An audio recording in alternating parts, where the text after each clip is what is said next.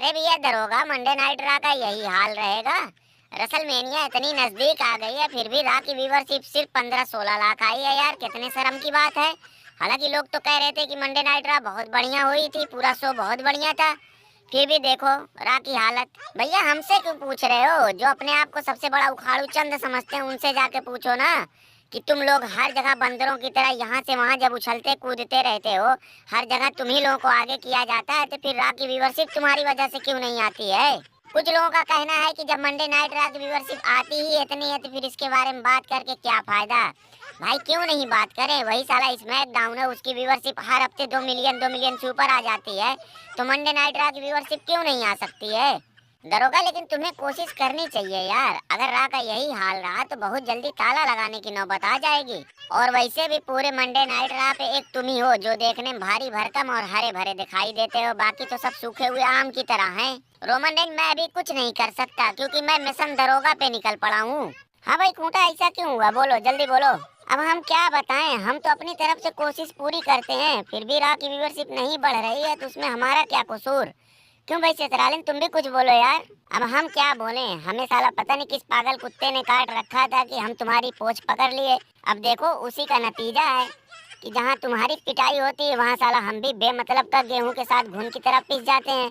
ऊपर से ये दरोगी हमारे पीछे हाथ धोकर पड़ा हुआ है। चल भाई गुत्थर, इन लोगों ने तो अपना अपना गा दिया, अब तू बोल। हमें तो किसी चीज से कोई लेना देना नहीं, बस हम इतना जानते हैं कि मैं आईसी चैंपियन हूँ, वो भी ग्रेटेस्ट आईसी चैंपियन। मन तो कह रहा है कि तुम्हें नंगा करके यहीं मुर्गा बना के बढ़िया से बजाया जाए, लेकिन साला हम सीधे साधे आदमी, हम ये सब काम नहीं करते हैं। तुम्हासो खांचा भी नहीं है, नहीं तो उसी को आज तुम्हारे ऊपर छोड़ते।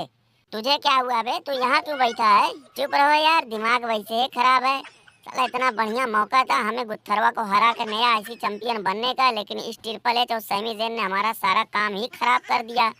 अब तो सुनने में ये भी आ रहा है कि सैमी ज़ेन इसको हरा भी नहीं पाएगा, इसके हाथ हो जाएगा, पिट पिटा कर चला आएगा। साला सैमी ज़ेन की जगह अगर मैं होता ना तो इस गुत्थरवा की सारी चैंपियन गिरी मोड़ मार के इसके पीछे वाली पॉकेट में डाल देता। तुम सबके सब बहुत पुकार रहे हो ना, अगले हफ्ते तुम लोग भी मंडे नाइट ड्रा पे आने वाले हो, देखते हैं कि तुम आकर क्या उखाड़ लेते हो। कुछ भी कहो खूंटा, लेकिन मंडे नाइट ड्रा की ऐसी हालत के जिम्मेदार सिर्फ तुम ही तीनों हो। अबे गुत्थरवा इतने दिनों से चैंपियनशिप पे कुंडली मार के बैठा हुआ है। सितरालिन को देखो, वो भी वर्ल्ड हैवीवेट चैंपियन है। तुम अपनी स्टोरी का रोना पिछले 1 साल से रो रहे हो, तो और किसको कहा जाए ये बताओ।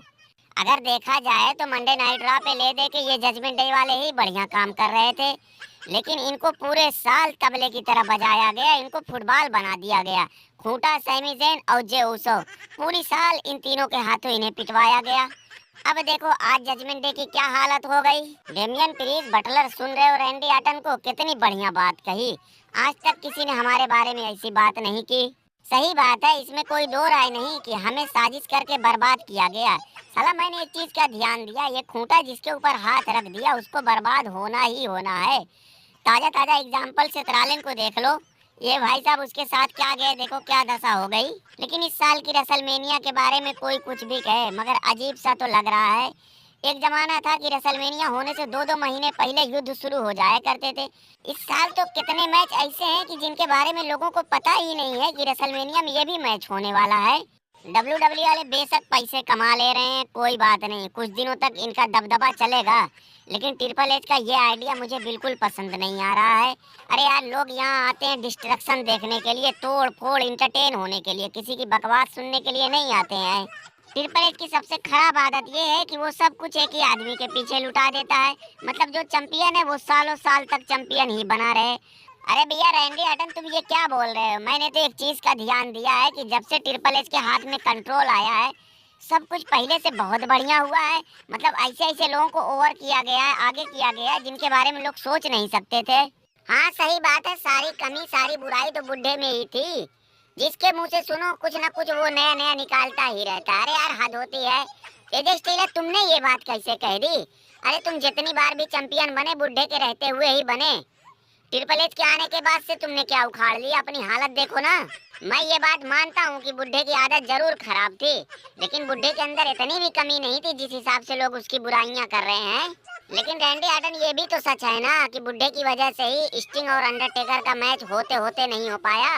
अरे ब्रॉक लेसनर, तुम्हारे बारे में क्या रोज रोज नई नई खबरें निकल कर आ रही हैं? मेरे बारे में जितनी भी बातें सोशल मीडिया पे चल रही हैं सब के सब झूठ हैं। रोमन, तुम किसी तरीके से ये पता लगा लो कि ये सब झूठ फैलाता कौन है। देखो उनकी कैसे मैं ऐसी की तैसी करता हूँ। रात ये नंगू कौन घूम रहा है, थोड़ा ध्यान से देखना तो कहीं ये ब्लड लाइन का कोई मेंबर तो नहीं। रोमन रेंज, मैं अकीरा ठुसावा हूँ। मैं तो यहाँ ये कहने आया था कि रेसलमेनिया 40 में अगर हमारा और रोमन रेंज का मैच होता तो आज चर्चा कुछ और ही रहती, नजारा कुछ और ही होता। लेकिन अफसोस की बात है कि इस खूंटी खूंटा की वजह से मेरे सारे अरमानों पे पानी फिर गया।